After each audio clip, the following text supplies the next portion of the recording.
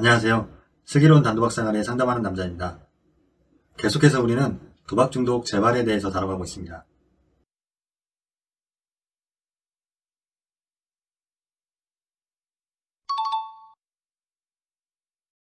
이번 영상에서도 지난 영상에서 마찬가지로 도박 중독 재발이 보내는 신호에 대해서 말씀을 드려보려고 하는데요.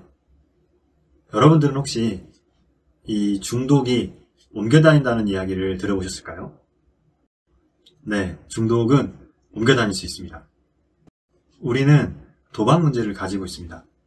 하지만 이 도박 행동은 우리가 가지고 있는 우리 안에 이 중독이 밖으로 드러나는 어떤 하나의 모습에 불과합니다. 다르게 표현하면 우리 안에 어떤 이 중독의 모습은 꼭 도박이 아니더라도 다른 것으로 나타날 수 있다는 이야기입니다. 우리가 살아오면서 도박과 만남이 있었고, 그리고 그 상황과 조건이 잘 이루어져서 도박 행동으로 나타나는 것이지, 다른 상황과 조건이 있었다면 이 도박 문제가 아니라 다른 중독 문제로 나타날 수 있었다는 것을 의미하는 것입니다. 이 때문에 우리가 이 도박 중독 치료 초기에는 이 도박 행동에 대해서 다뤄가지만, 이 치료가 거듭될수록 우리는 우리 안에 있는 이런 어떤 중독적인 성향, 이 중독적인 성격, 이것을 다뤄가야 됩니다.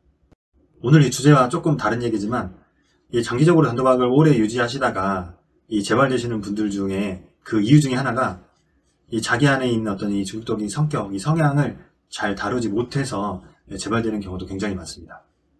그래서 이 내용과 관련해서는 제가 다음에 따로 한번 좀 말씀드려보겠고요.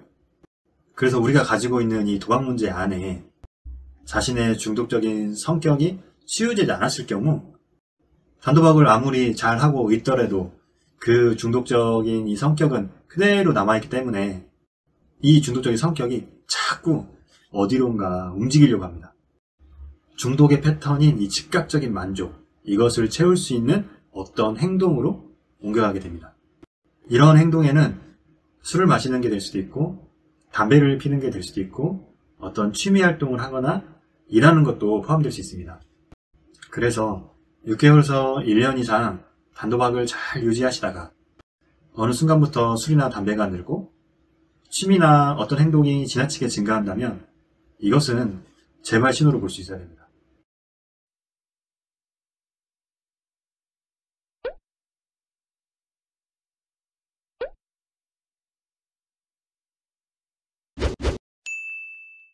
재발과는 별개로 이런 현상은 단도박 초기에서도 흔히 나타나는 것을 알 수 있습니다.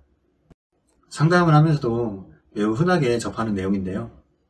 도박을 안 하니 술을 많이 마시게 되고, 또 자꾸 도박 생각이 날 때 자기도 모르게 담배 피는 양이 많이 늘었다라고 이야기를 합니다. 이런 모습도 이 중독이 다른 중독으로 옮겨간다, 이런 맥락에서 이해될 수 있습니다. 도박 행동을 갑자기 못하게 되니 이 중독적인 성향이 나갈 곳이 막혀서 다른 곳으로 나가려고 한다라고 이해하시면 좋을 것 같고요. 그런데 저는 개인적으로 단도박 초기에 이런 모습이 나오는 것은 크게 문제가 되지 않는다고 생각합니다.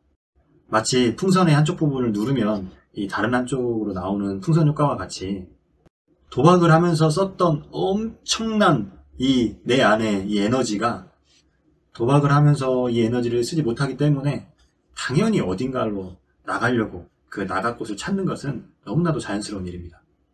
우리에게 필요한 것은 내가 도박을 끊는데 담배가 늘고 술이 늘고 이런 것이 늘어서 걱정하는 게 아니라 이런 현상이 왜 일어나는지를 이해하는 것입니다.